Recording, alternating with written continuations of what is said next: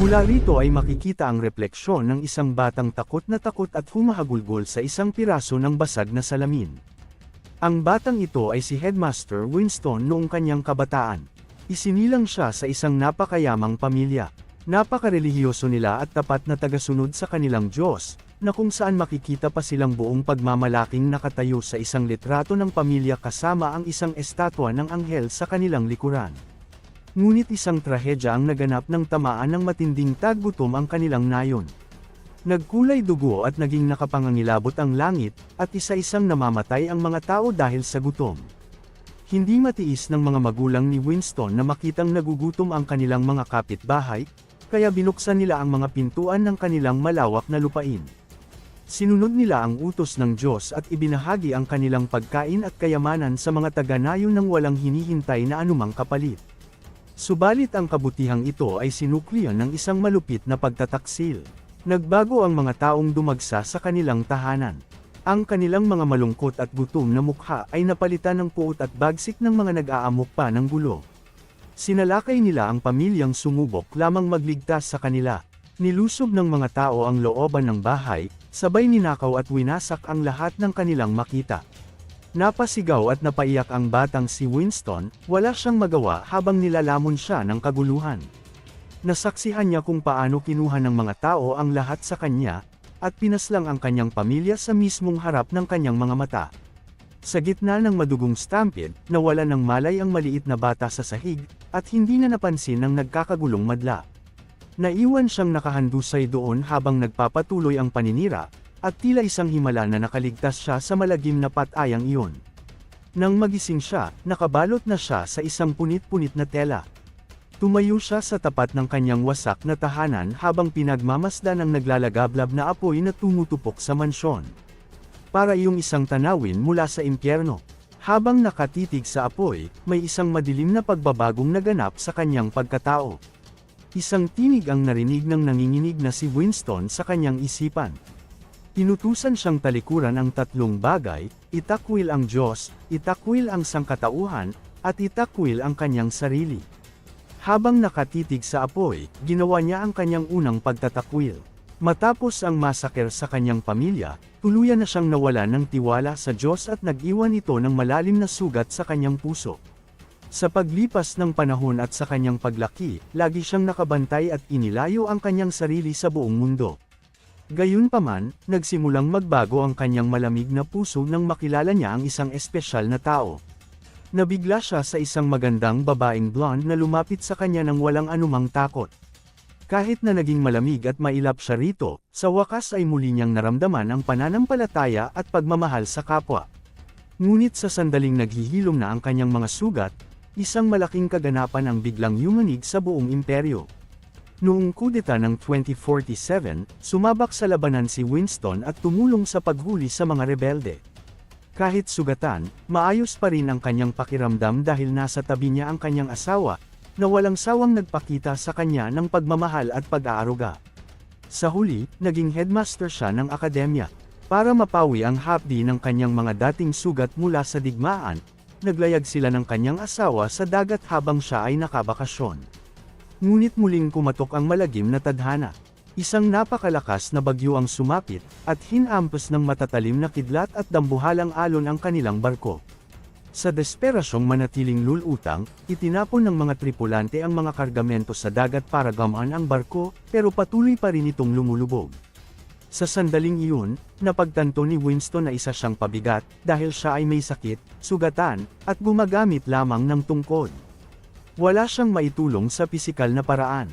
Nagdilim ang aura sa deck nang tumigil ang malalakas na tripulante sa pagtingin sa mga kargamento at nagsimulang tumitig sa kanya ng may masamang balak. Habang papalapit ang mga nag-aamok na tripulante, tumingin si Winston sa kanyang asawa para humingi ng tulong. Ngunit hindi takot ang rumahistro sa mukha nito para sa kanya. Sa halip, tumingin ito sa kanya ng may desperasyon sa mga mata, tila tahimik na nagsusumamong magkunwari siyang hindi siya nito kilala. Isinasakripisyo siya nito para lamang iligtas ang sariling balat.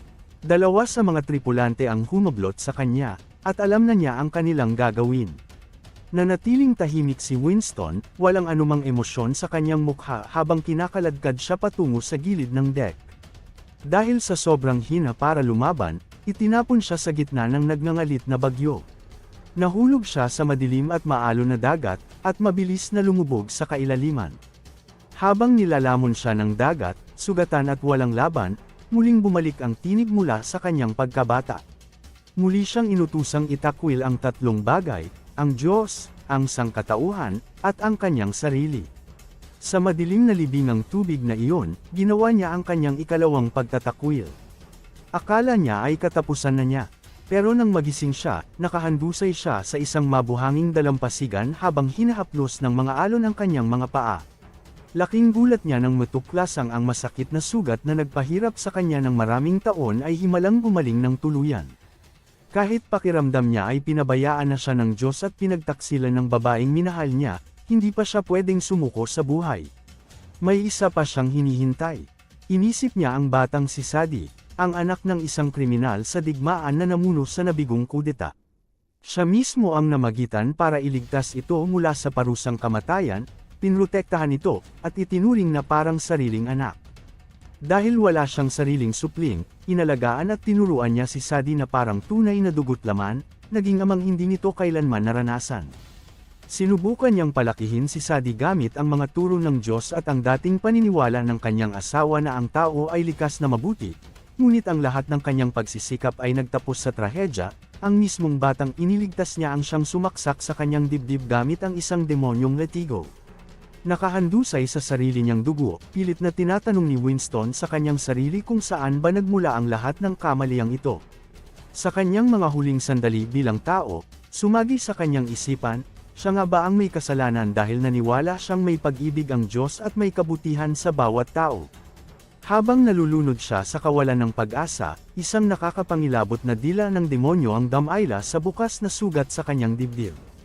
Muling bumalik ang tinig mula sa kanyang nakaraan sa ikatlo at huling pagkakataon, umaalingaw sa kanyang isipan, itakwil ang Diyos, itakwil ang sangkatauhan, itakwil ang iyong sarili. Biglang damilat ang mga mata ni Winston, nagliliyab sa isang nakatatakot na pulang liwanag at may mga demonyong marka. Tahimik na nagmamasid ang Nighthound habang ang lalaking dapat ay patay na ay nagsisimulang tumayo. Hindi makapaniwala ang Nighthound sa kanyang nakikita. Habang bumabangon si Winston, napagtanto ni Vikir na ito na nga ang ikatlong pagkakataon, ang huling pagtatakwil. Isang madilim at lilang enerhiya ang bumulwak mula sa butas sa kanyang dibdib.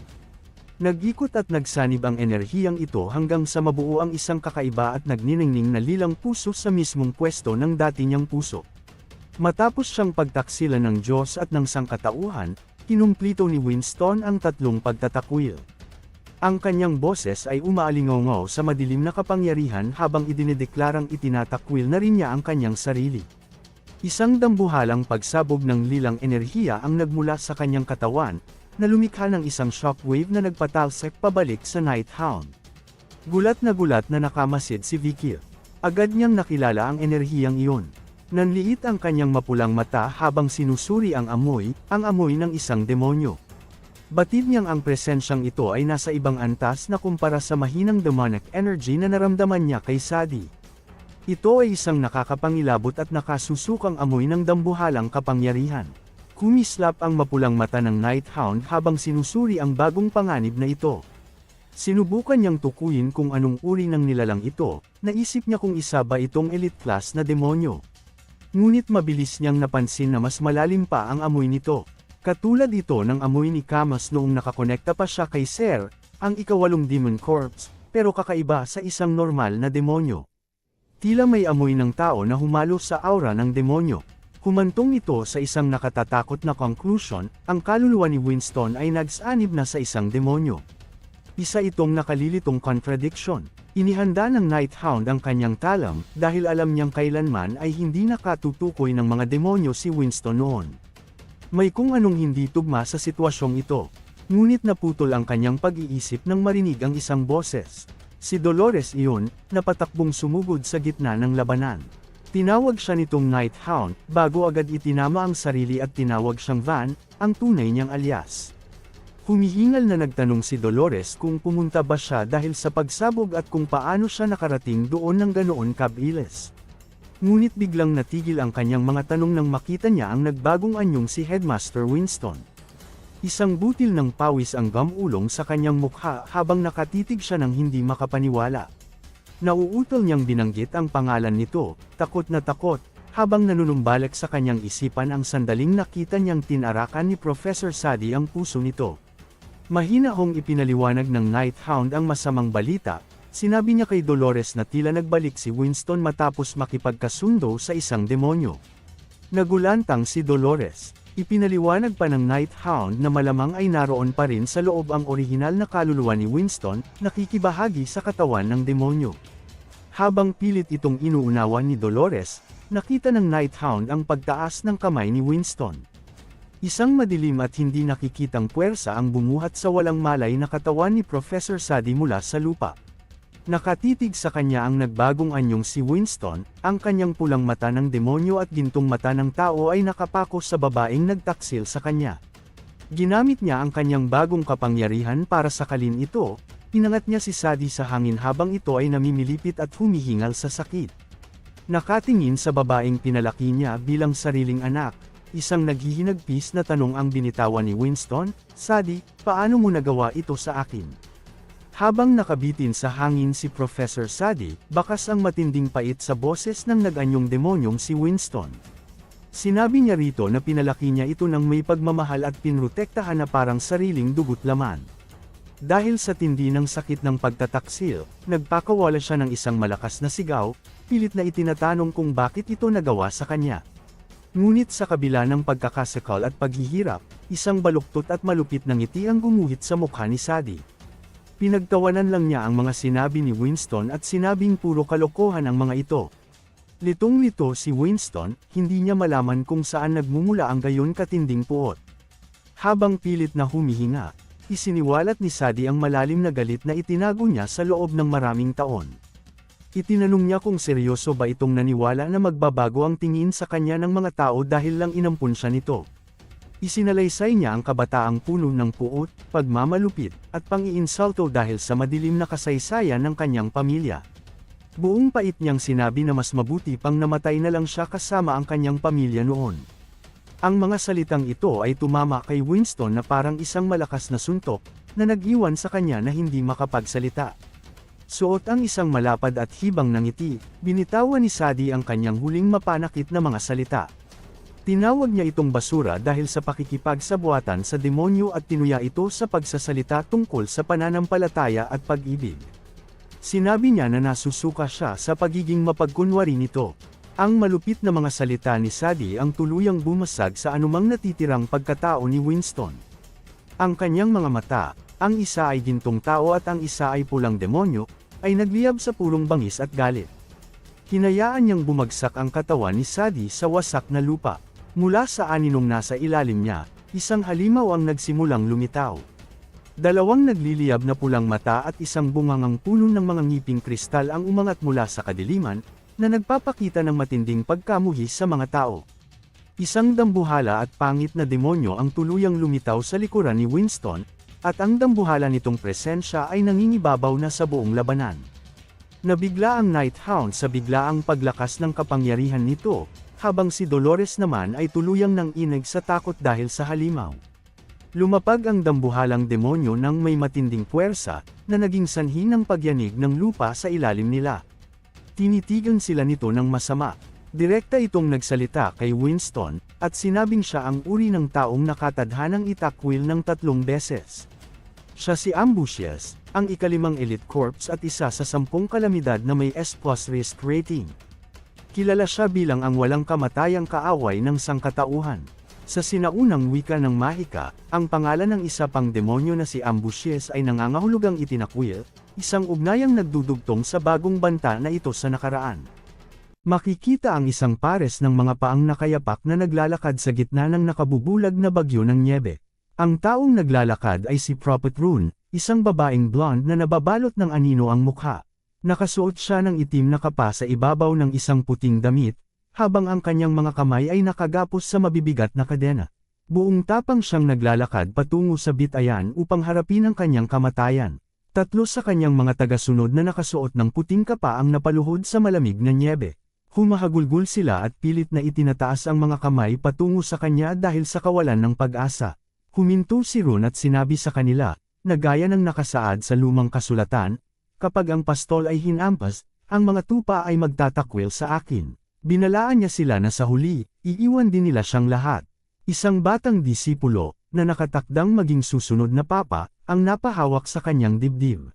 Nangako siya na kahit talikuran pa siya ng lahat, hinding-hindi niya ito gagawin. Mahinahong sumagot si Ron sa kanyang pangako ng may babala, bago pa man tumilaok ang manok bukas ng umaga, 3 beses mo akong itatwa. Nagsimula na ang parusa. Walang awang pinagsasaksak si Prophet Ron ng mabibigat na sibat. Namatay siyang nakagapos sa isang malaking krus na kahoy sa gitna ng nyebe, habang ang kanyang katawan ay tadtad ng mga sandata. Pinapanood ng mga armadong gwardya ang eksena habang ang batang disipulo ay nakatingin lang, walang magawa. Tulala siya sa wala ng buhay na katawan ni Ron, paralisado sa gulat at kilabot. Biglang humarap sa kanya ang 2 malaking berdugo. Habang nakakross ang kanilang mga sibat, pilit nilang itinanong kung kilala ba niya ang makasalanang ipinako. Dahil sa takot sa mga talam na malapit sa kanyang mukha, pinagpawisan ng bata at agad na itinangging kilala niya ang babae.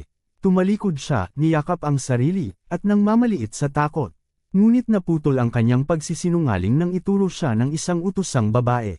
Sinabi nito sa mga gwardya na natatandaan niyang lagi itong nagmamakaawa sa makasalanan para turuan siya at lagi rin itong nag-uutos sa kanya. Muling itinanggi ng batang disipulo ang paratang, at isinumpapang wala siyang kinalaman sa babaeng iyon.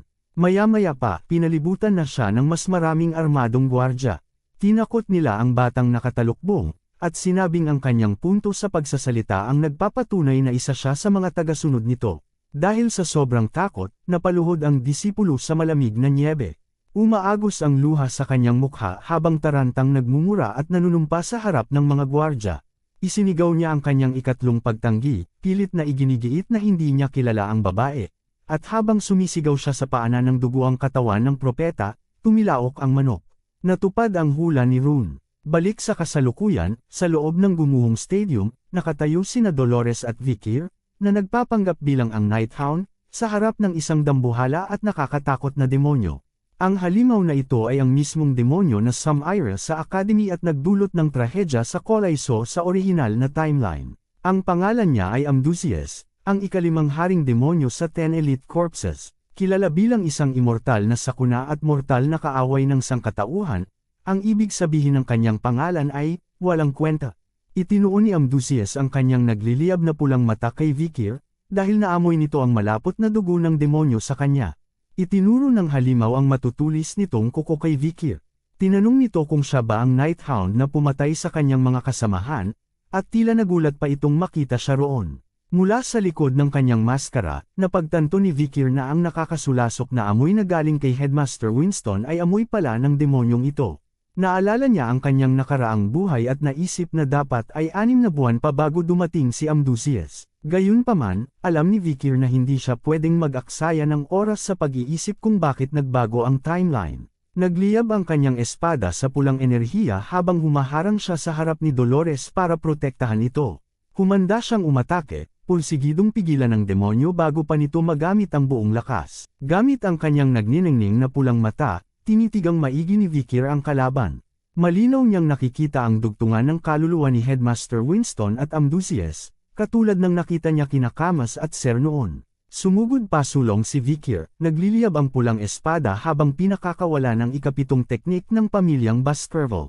Sa kanyang pagsugod, inisip ng demonyo na ang kanyang mahinang bersyon noon ay madaling mapapatay ng atakeng ito, ngunit biglang binunot ng dambuhalang Amdusias ang kamao nito, habang ang braso ay nababalot ng asol na enerhiya.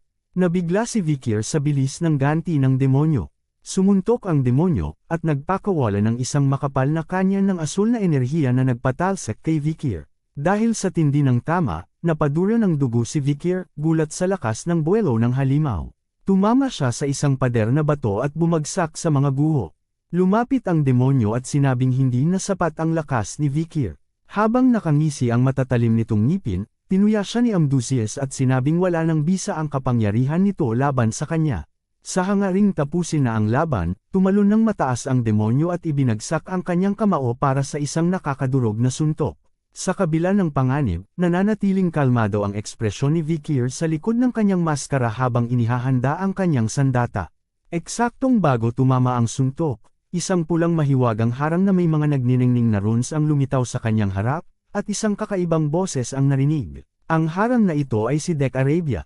Nagtanong ang buhay na palawit kung huli na ba siya, at mahinahong sumagot si Vikir na dumating ito sa tamang oras. Agad na nakilala ni Amdusias ang kalasag bilang si Dek Arabia, ang ikapitong bangkay. Tinuya niya ito at itinanong kung nasaan na ang dati nitong lakas at kung bakit ito umaasta na parang isang masunuring aso sa mga tao. Nakatitig gamit ang kanyang nag-iisang mata, sinabi ni Dek Arabia na sadyang mapang-uyam pa rin si Amdusias gaya ng dati. Gayunpaman, tila kinakabahan si Dek Arabia at itinanong kung bakit kakaiba ang nararamdaman niya kay Amdusias. Habang bumabalot ang asol na enerhiya sa halimaw, itinanong ni Dek Arabia kung nararamdaman din ba nito ang kapangyarihan ng Marquis of Discord na nagmumula rito. Sa di kalayuan, nakatayo si Dolores sa gitna ng mga guho. Dahil sa gulat sa gulo ng paligid, mahina niyang tinawag si Vikir sa kanyang alias na Sir Van, nang mapagtantong nagkahiwalay silang dalawa. Ang takot sa kanyang mukha ay napalitan ng determinasyon. Nagpasya siyang hindi siya pwedeng manood lang, kailangang gawin niya ang lahat para makatulong. Humarap si Dolores kay Headmaster Winston, nakatitig sa nagniningning na lilang puso ng demonyo na nakabaon sa dibdib nito. Lumapit siya rito at sinabing hindi na ito ang propesor na kanyang kinilala. Itinanong niya kung anong mga kasinungalingan ang ginamit ng demonyo para mauto ito. Habang nakakuyom ang mga palad, mariin niyang sinabi na ang mga demonyo ay purong kasamaan at kabaligtaran ng katarungan. Habang papalapit, nakiusap siya rito at ipinaliwanag na ang tanging hangad ng mga demonyo ay lipulin ang sangkatauhan. Nagmakaawa siya na sirain na ang kontrata bago pa mabuno ang mundo, umaasang may natitira pang pagkatao sa loob nito. Lumingon si Winston, na nagpapakita ng isang nagniningning na pulang mata at isang matang pantao. Malamig siyang sumagot na ang kanyang mundo ay matagal nang naging tigang bago pa niya nakilala ang halimaw. Habang nakatayo si Amdusias sa kanyang likuran, ipinaliwanag ni Winston na ang demonyo lang ang tanging nakaintindi sa kanyang pait at gamabay sa kanya. Habang nakatingin kay Dolores gamit ang kanyang magkaibang mga mata, idineklara ni Winston na ang konsepto ng masamang demonyo at mabuting tao ay walang saysay para sa kanya. Hawak ang kanyang dibdib sa galit, ikinatwiran niya na ang kabaligtaran ng katarungan ay hindi kasamaan, kundi isa lamang ibang uri ng katarungan. Gamit ang kanyang nagniningning na pulang mata, idineklara niya na ang katarungang hangad niya ay ang pagbagsak ng sangkatauhan. Tinawag niya si Dolores bilang Dolores Runquovades, at pinaalalahanan ito tungkol sa madilim na kasaysayan ng kanyang pamilya. Sinabi niya na siya ang inapo ng disipulong nakaligtas sa pamamagitan ng 3 beses na pagtatwa sa Diyos. Nanatiling tahimik si Dolores habang tinatanong ni Winston kung bakit ang isang katulad niya ay magpoprotekta pa sa mga tao, gayong alam naman niya kung gaano kababa ang kayang gawin ng mga ito. Sa kabila ng mga salitang ito, sumigaw pabalik si Dolores. Sinabi niya na kahit sa gitna ng kawalan ng pag-asa, ang mga tao ay may kakayahang maniwala na kaya nilang piliin ang pinakamabuting landas. Pinagtawanan lang siya ni Winston at kinwestiyon ang saysay ng ganoong klaseng bulag na pananampalataya. Itinuro niya ang walang malay na si Professor Sadie. Itinanong niya kay Dolores kung naniniwala ba siya na ang babaeng sumire sa academy at umatake sa kanya ay pinili rin ang pinakamabuting landas. Napatahimik si Dolores, ngunit muling hinarap si Winston habang ipinagpapatuloy nito ang kanyang malupit na pagsubok. Gamit ang itim na mahika, itinaas ni Winston ang isang duguang lalaki sa hangin. Ang lalaki ay nagbagong anyo, at may mga asul na kristal na nakabaon sa katawan nito. Itinanong ni Winston kung ano ang tingin niya sa kriminal na ito, bago malakas na ibinalibag ang lalaki sa sementadong sahig, na naging sanhi ng pagkakabitak ng lupa. Sa sobrang kilabot, napatikip ng bibig si Dolores habang tinatanong siya ni Winston kung naniniwala pa rin ba siya na ang kriminal na ito ay makakatahak sa tamang landas. Habang humuhupa ang alikabok, pilit na bumangon ang sugatang lalaki. Mayroon itong kulay tsokolating buhok, balbas, at mga kristal na bumabalot sa katawan. Nang makita ang mukha nito, nabulol si Dolores sa hindi paniniwala nang makilala ang halimaw bilang ang sarili niyang ama. Samantala, pinagmamasdan ni Vikir ang lahat habang ang buhay na kalasag na si Dek Arabia ay nagtataka kung paanong nailalabas ni Amdusias ang enerhiya ng Marquis of Discord. Nang marinig ito, nabigla si Vikir at napaisip kung talaga bang taglay ng demonyo ang ganoong klaseng kapangyarihan. Isang higanteng mukha na gawa sa asul na enerhiya ang biglang lumitaw sa hangin. Kinumpirma ni Dec Arabia na nararamdaman niya ang dakilang lakas ni Andres, ang unang bangkay at pinuno ng Siyam na Haring Demonyo. Galit na ipinaliwanag ni Amdusias na dahil sinira ni Vikir ang kanilang mga plano at pinatay ang kanilang kauri, isinantabi na ng mga natitirang Haring Demonyo ang kanilang dangal. Inamin ng halimaw na kinailangan nilang magmakaawa kay Andres para mahiram ang matinding kapangyarihan nito. Habang nakakuyom ang kanyang kamao na nagliliyab sa asul na enerhiya, sinabi ni Amdusias na kahit ketiting na bahagi lang ng lakas ni Andres ay sapat na para maging napakalakas nila, sabay babala kay Vikir na siya na ngayon ang biktima. Agad na nauwi ang lahat sa isang mabilis na bakbakan. Nagdulot ng mga shockwave sa buong arena ang pagbabanggaan ng pulang aura ni Vikir at asul na kidlat ni Amdusias. Dahil sa bagong bilis at lakas ng demonyo, mabilis nitong nalamangan ang espadang Beelzebub. Isang malakas na suntok sa mukha ang pinakawalan ni Amdusias kay Vikir, na sinundan agad ng isang matinding sipa. Hindi binigyan ni Amdusias ng pagkakataong makabawi si Vikir at agad itong tumalon paitaas. Habang nag-iipon ng asul na enerhiya sa kanyang mga nakataas na kamao, masamang nakatingin ang halimaw sa kanyang target. Pagkatapos ay buong lakas itong bumagsak sa lupa, na nagdulot ng malaking bitik at crater. Ginamit ni Vikir ang usok at mga guho bilang panangga para tahimik na makapunta sa likod ng dambuhalang demonyo. Habang nagniningning ang kanyang pulang mata, tinipon ni Vikir ang kanyang aura para sa isang huling pagkakataong umatake. Nagpakawala siya ng isang malapad na hiwa ng pulang enerhiya, sinusubukang tamaan ang demonyo habang iniiwasan ang mahahabang galamay nito. Ngunit sadyang napakalaki ng agwat ng kanilang lakas. Madaling naiwasan ni Amdusias ang talam at sa isang kisap mata ay napunta sa likuran ni Vikir, sabay uyam na napakabagal nito. Inipon ng demonyo ang lakas sa nagniningning na kristal sa kanyang ulo para sa isang higanteng atake habang isinisigaw ang alyas ng Nighthound. Sa isang malupit na birada, nagpakawala si Amdusias ng asul na enerhiya na nagpabagsak kay Vikir sa sementadong sahig, kung saan tumalsik ang mga pira-pirasong bato. Habang nakatayo sa gitna ng pagkawasak, inamin ni Amdusias na may hangganan ang paggamit ng hiram na lakas, pero kampante siyang sapat ang kanyang katawan para durugan ang isang swordmaster. Sa gitna ng mga guho, napadura ng dugo ang sugatang si Vikir. Lumulutang sa malapit, kinakabahang nagtanong si Dec Arabia kung bakit hindi nito ginamit ang harang ng kalasag para sanggain ang atake. Sa kabila ng mga sugat, sumagot si Vikir na itinatabi niya ang kalasag para sa oras na kailangan na ito, at iginiit na kaya niya itong harapin ng mag-isa. Pagkarinig nito, tinawag siyang hangal ni Dec Arabia. Sa likod ng kanyang maskara, tinanggap ni Vikir ang malupit na katotohanan, habang nakatitig sa kalaban, inamin niya sa sarili na halos hindi na niya mapantayan ang lakas ng demonyo, lalo pat kititing na bahagi lang ito ng tunay na kapangyarihan ni Andres. Nakatayo sa harap ng sugatang Nighthound, napansin ni Amdusias na nakatayo pa rin si Vikir at mapang-uyam itong pinuri dahil sa pagiging kasingkunat ng isang bangag na politiko. Hindi nagpatinag, mahinahong sinabi ni Vikir na nalalasing lang ang demonyo sa bago nitong lakas, na ikanalito naman ni Amdusias. Ipinaalala ni Vikir sa halimaw ang isang malaking butas sa plano nito, kapwang namatay si Headmaster Winston o naputol ang kanilang kontrata, maglalaho rin si Amdusias. Itinanong niya kung bakit mas pinili ng demonyo na humiwalay sa kanyang kontraktor habang nasa gitna ng labanan. Duguan man pero puno ng determinasyon, hinamon ni Vikir ang kanyang kalaban. Itinanong ni Vikir kung ang labis na kaiabangan ba ni Amdusias ang humahadlang sa kanya para magamit ang kanyang buong lakas. Bilang tugon, kinilala ni Amdusias na alam ng Nighthound na nananatiling tapat ang kalasag na si Dec Arabia sa Panginoon nito. Ipinaliwanag ng demonyo na iniwan niyang mag-isa ang kanyang human contractor dahil nagtitiwala siya rito. Nilinaw niya na hindi siya nagtitiwala kay Winston bilang tao, kundi nagtitiwala siya sa matinding galit nito laban sa mundo. Ibinunyag ni Amdusias na ibinigay niya ang kanyang lakas kay Winston dahil ang headmaster ay tunay na nagnanais sa pagbagsak ng mundo. Ang nagniningning na lilang puso sa dibdib ni Winston ay ang tinatawag na Tree of Falling, ang mitsa para tuluyang magising ang buong kapangyarihan ng demonyo. Nabigla si Vikir dito, at pinagpawisan ng mapagtantong nasa kamay ni Winston ang mapanganib na bagay na iyon. Habang nakangisi ng malupit, inamin ni Amdusias na sadyang binuo niya ang sitwasyong ito para mapanood ang pagpapatayan ng mga tao, dahil isang malaking panghihinayang kung hindi niya masasaksihan ang palabas na ito. Samantala, napatulala si Dolores sa kilabot habang tinatawag ni Vikir ang kanyang pangalan. Hindi siya makapaniwala habang nakatingin sa nagbagong anyong lalaki na balot ng mga kristal sa sahig, at itinanong kung ito ba talaga ang kanyang ama.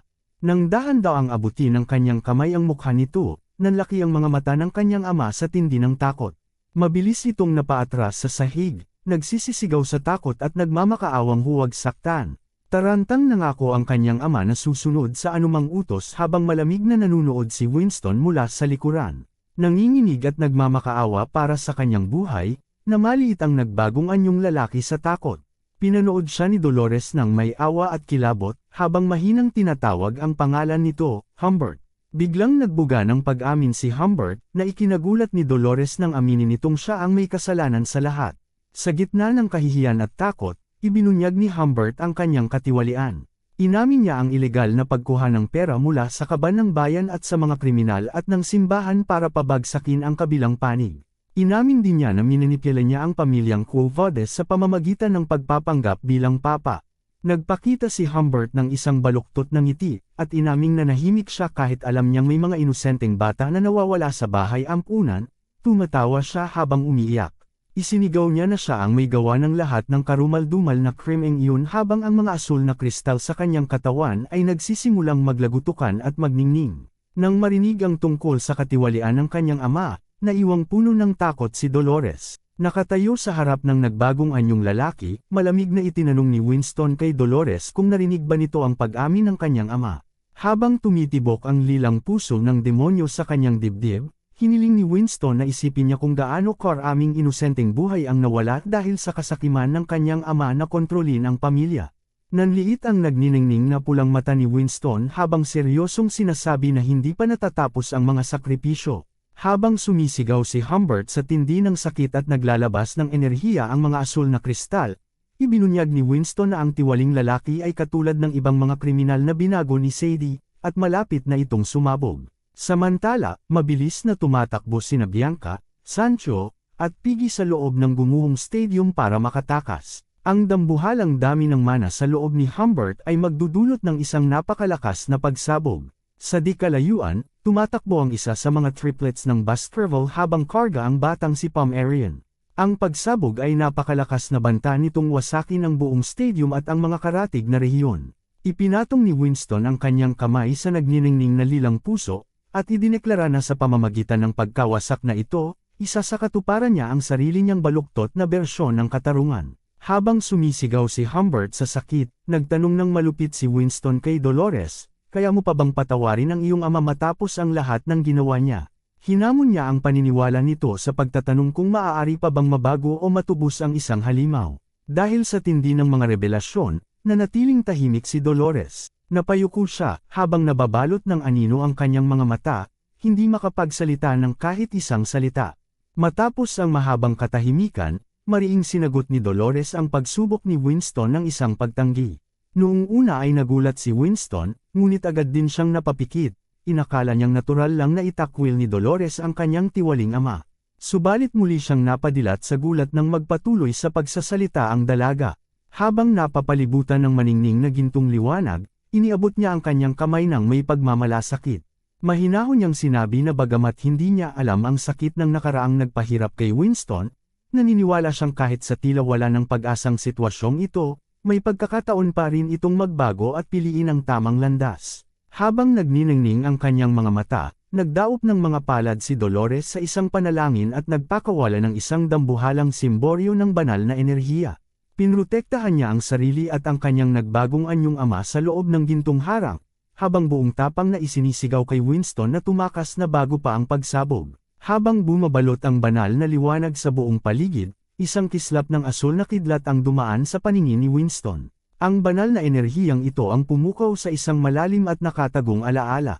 Doon, nakita niya ang isang desperadong lalaki na sumisigaw na tumakas na sila, habang isang blonde na babae ang humihingi ng tawad habang lumuluha. Napahawak sa kanyang mukha si Winston sa tindi ng kalituhan, habang pasuray-suray na napaatras. Pilit niyang inuunawa kung saan nagmumula ang mga banyagang alaalang iyon. Kitang-kita ang pagkayanig ni Winston sa kanyang nakita, at mangha siyang napatingin kay Dolores habang pabulong na binabanggit ang pangalan nito, habang buong tapang na pinuprotektahan ng dalaga ang kanyang wasak na ama. Nanatiling matatag si Dolores sa kanyang depensa, nakapatong ang mga kamay sa kanyang ama habang ang mga asul na kristal sa likod nito ay naglalamatan at naglalabas ng hindi matatag na enerhiya. Dahil sa tindi ng sakit, napalugmok si Humbert sa semento, umiiyak na hindi na niya kaya ang hirap at nagmamakaawang pasabugan na lang siya para matapos na ang lahat. Ngunit hindi hinayaan ni Dolores na sumuko ito.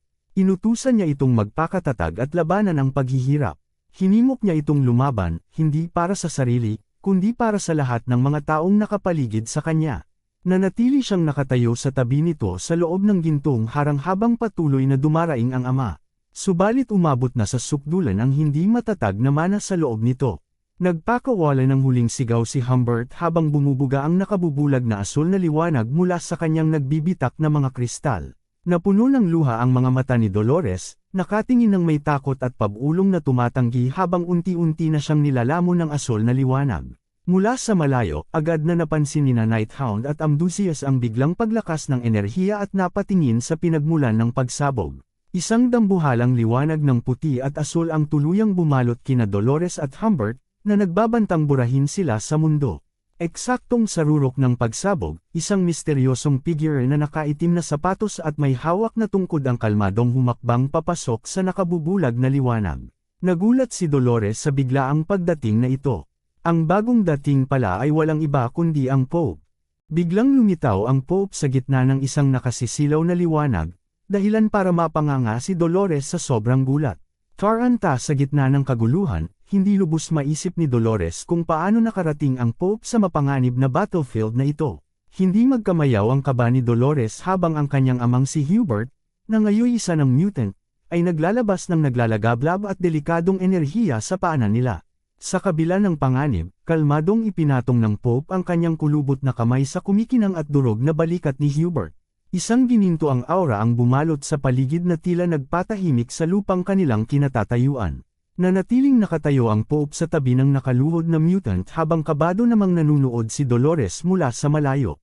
Hindi makapaniwala ang dalaga, na pagtanto niyang ang simpleng paghawak na iyon ng Pope ang milagrong nagpahinto sa isang dambuhalang pagsabog. Ngayong wala na ang mapanganib na enerhiya, ang malakristal na katawan ni Hubert ay nagsimulang gumuho at naging alikabok na lamang na tinatangay ng hangin. Tahimik na pinanood ng Pope ang mga kumikinang na pirasong ito hanggang sa tuluyan na itong maglaho. Matapos nito, ipinikit niya ang kanyang mga mata at nag-alay ng isang maikling panalangin. Hinarap ng Pope ang dalaga at inutusan itong lumikas na agad sa lugar. Sa gitna ng isang banayad ng ngiti, pinaalalahanan niya si Dolores na may isang mahalagang taong naghihintay sa kanya. Habang nagsisimulang humakbang palayo si Dolores, nag-iwan ng huling payo ang Pope, huwag ikubli ang tunay na nararamdaman, bagkus ay tanggapin ang anumang idinidikta ng kanyang puso. Tumimos sa kalooban ni Dolores ang mga salitang iyon. Namula ang kanyang mga pisngi at tumungo siya ng may bagong determinasyon. Buong tiwalang ipinaubayan ni Dolores ang sitwasyon sa Pope, bago siya mabilis na tumakbo palayo sa guhong stadium. Sa kanyang likuran, diretso namang naglakad ang Pope patungo sa nagbagong anyong punong guro na si Winston. Buong tatag na humarap ang Pope sa higanteng si Winston, na nooy nakatitig sa kanya habang lantad ang isang kumikinang at demonyong puso sa dibdib nito. Nanatiling tahimik at mapanganib si Winston, habang ang nag-iisa niyang pulang mata ay nakatitig ng matalim sa kanyang bagong kalaban. Sinalubong ng Pope ang titig ni Winston ng may kalmado ngunit seryosong tingin, at buong kumpiyansang sinabing siya na ang tatapos sa laban na ito. Tiningnan ng maigi ni Winston ang Pope at tinawag ito sa kanyang buong apelyido. Minaliit niya ito at sinabing nakakatawa na sa kabila ng pagiging banal, nagmula pa rin siya sa parehong lahi ng alagad na 3 beses nagtakwil sa Panginoon. Mayabang niyang tinanong kung bakit pakiramdam ng Pope ay nakalalamang siya kay Dolores. Binalaan niya rin ang Pope na sumuko na kung ang balak lang nito ay pakiusapan siyang magbago. Sa kanyang gulat, kalmadong sumang-ayon ang Pope sa masasakit na salita ni Winston tungkol sa kanyang pamilya. Inamin niya na sila nga ay mga inapo ng isang traidor. Ngunit ipinaliwanag niyang may malalim na dahilan kung bakit ang pamilya Quo Vadis ay nagtataglay pa rin ng banal na kapangyarihan. Dito ay sinimulan niyang isalaysay ang isang lihim na kasaysayan na tanging sa pamilya lamang nila ipinapasa, isang kwentong hindi alam ng buong mundo. Ikinwento ng Pope ang sikreto ng alagad na nagtaksil kay Prophet Lon. Dahil sa tindi ng hiya at pagsisisi, nagtago ang alagad sa kailaliman ng kabundukan. Doon, ginugol niya ang kanyang mga araw sa paglilok ng isang dambuhalang estatwa ng propeta habang nag-iisa. Matapos ang mahabang panahon, biglang nabalot ng gininto ang liwanag ang nagsisising lalaki nang magpakita sa kanya ang nabuhay na muling si Prophet Lon. Lumapit ang nagniningning na espiritu ng propeta sa nakaluhod na lalaki at 3 beses itong tinanong, "Mahal mo ba talaga ako?" Puno ng pait at pagmamahal, humagulgol ang alagad at paulit-ulit na ipinahayag ang kanyang pag-ibig sa propeta. Nang marinig ang kanyang huling tapat na pag-amin, matamis na ngumiti si Prophet Lon at nagsimulang maglakad patungo sa liwanag. Nagpanik ang alagad, mabilis na tumayo, at hinabol ang kumikinang na anyo ng propeta habang desperadong tinatanong kung saan ito pupunta. Lumingon ang propeta ng may banayad ng ngiti at sinabing babalik siya sa lugar kung saan siya inatake upang iligtas ang mismong mga taong nanakit sa kanya. Nang marinig ang walang hanggang pagpapatawad na ito, hindi na mapigil ng alagad ang kanyang pag-iyak. Nakaramdam siya ng matinding kahihiyan sa kanyang kaduwagan noong tinangka niyang iligtas ang sarili niyang buhay. Ipinaliwanag ng Pope kay Winston na ang sandaling iyon ng wagas na kahihiyan at banal na grasya ang tunay na pundasyon ng kapangyarihan ng kanilang pamilya. Desperadong tanong ng alagad sa propeta, "Saan ka pupunta?" Ang mismong pinagmulan ng kanilang apelyido, Quo Vadis. Binabagtas ni Dolores ang battlefield habang dahan-daw ang nagliliwanag ang lahat sa kanya. Naalala niya ang banayad na haplos ng Pope at ang payo nito, itigil na ang pagtatago ng nararamdaman at tanggapin ang anumang idinidikta ng kanyang puso. Pawisan at hingal na hingal, sa wakas ay naunawaan na ni Dolores ang malalim na kahulugan ng mga salitang iyon. Napagtanto niya na ang kanyang magulong nararamdaman para kay Nighthound ay tila tubig na tumatagas mula sa isang basag na banga. Imposible itong pigilin, ngunit magiging walang hanggan kung ito ay kanyang tatanggapin. Hindi kalayuan, bugbog sarado at duguan ang Nighthound habang naghahanda sa kanyang huling tindig. Nakatayo sa harap niya ang dambuhalang demonyong si Amdusias, itinataas ang dambuhalang paa nito para sa isang nakamamatay na tadyak. Buong puwersang hamampas ang demonyo, dahilan para mabitak ang lupa at tumalsik ang mga bato sa hangin. Pero nang hamupa ang alikabok, nanlaki ang nag-iisang pulang mata ni Amdusias sa gulat. Hamarang si Dolores sa tamang sandali. Buong tatag siyang tumayo sa harap ng sugatang mandirigma, habang bumubuo ng isang matibay at gininto ang kalasag na ganap na nagligtas sa kanila mula sa atake ng demonyo. Sa pagyukom ng kanyang kamao na nagliliyab sa banal na liwanag, tuluyan na niyang pinili ang landas na idinidikta ng kanyang puso. Sa pagtanggap sa kanyang tunay na nararamdaman, naglabas si Dolores ng isang dambuhalang bugzo ng banal at nagniningas na enerhiya. Binalot nito ang Nighthound, na nagbigay dito ng isang makapangyarihang basbas. Buong tapang na hinarap ni Dolores ang kaaway at tinawag ang lalaking kilala niya bilang Van, sabay-sabing magkasama nilang lalabanan ang digmaang ito.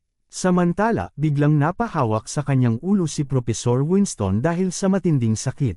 Nilalamon siya ng asul na kidlat at ng mga desperadong boses sa kanyang isipan, mga boses na nagmamakaawa sa kanyang tumakas at humihingi ng tawad. Hinihingal na napaluhod si Winston sa harap ng Papa. Habang nanginginig, itinanong ni Winston kung ano ang ginawa nito sa kanyang isipan. Lumapit ang Pope at dahan-daw ang ipinatong ang kamay sa mukha ni Winston. Itinanong niya kung sa mga bangungot na alaalang iyon, wala na nga bang natira kundi ang kapangitan ng pagkatao.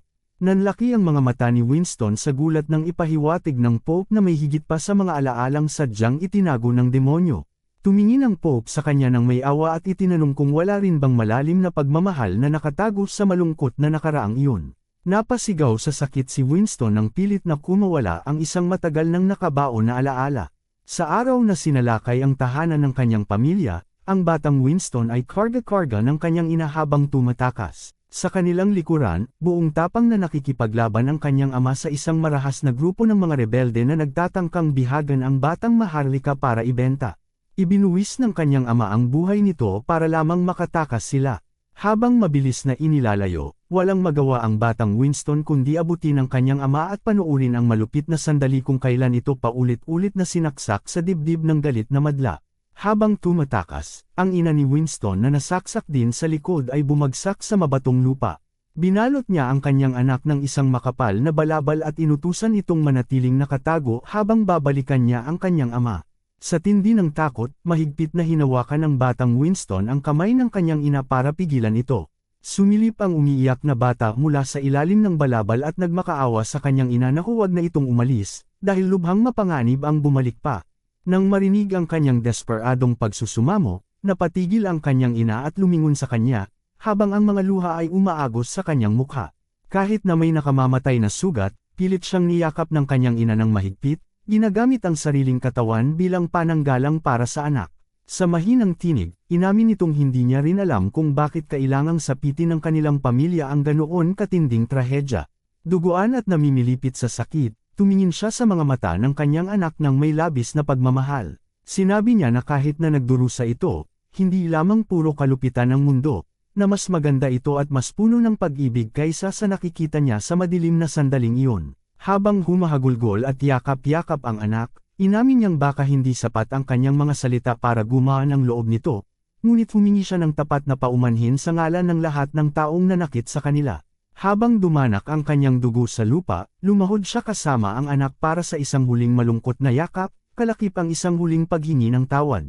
Ngunit ang malungkot na alaalang iyon ay biglang naputol ng isang madilim at pamilyar na boses mula sa anino, na nag-uutos sa kanyang itakwil ang katotohanan. Subalit isa pang nakatagong alaala ang kumawala sa kontrol ng demonyo.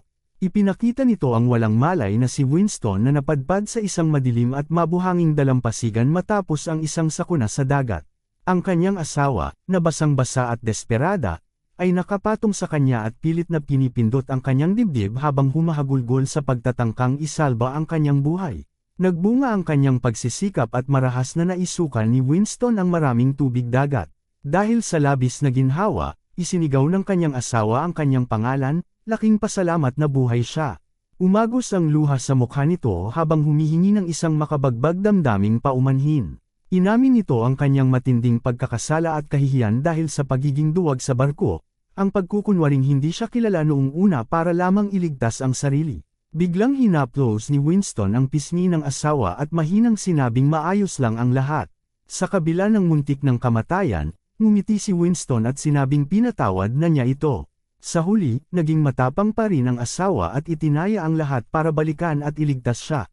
Mahigpit nitong hinawakan ang kamay ni Winston sa kanyang basang mukha, nakangiti sa gitna ng mga luha habang humihingi ng huling tawad. Sinabi nitong mahal na mahal niya si Winston, ngunit bago pa man matapos ang pangungusap, nagkapira-piraso ang magandang alaalang iyon. Marahas itong pinutol ng boses ng demonyo na nag-uutos sa kanyang itakwil ang katotohanan. Balik sa battlefield, nakatitig si Winston sa kanyang nanginginig na mga kamay sa lupang bato, habang sinasabing sa wakas ay naalala na niya ang lahat. Tuluyang naglaho ang demonyong galit sa kanyang mukha, na napalitan ng matinding pighati. Umagos ang luha sa kanyang mga mata ng mapagtantong nilanglang at pinakialaman ang kanyang mga alaala. Ang mga tao sa kanyang nakaraan ay tunay siyang minahal at nag-alay ng buhay para sa kanya. Binalot silang dalawa ng Pope ng isang mainit at nagniningning na bilog ng banal na liwanag.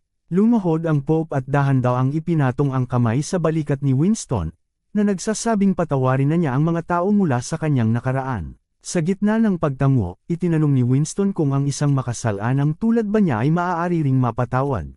Ngumiti ng banayad ang Pope at walang pag-aalinlang ang nangakong mapapatawad siya. Ngunit ang mapayapang sandaling iyon ay biglang naglaho. Isang bigla ang bugzo ng dugo ang tumalsik sa mukha ng Pope, dahilan para manlaki ang kanyang mga mata sa tindi ng gulat. Tula lang nakatitig ang Pope kay Winston nang may kilabot. Isang dambuhalang butas ang kinala sa likod at dibdib nito, tuluyang winasak ang lilang demonyong puso na nagpapanatili sa kanya.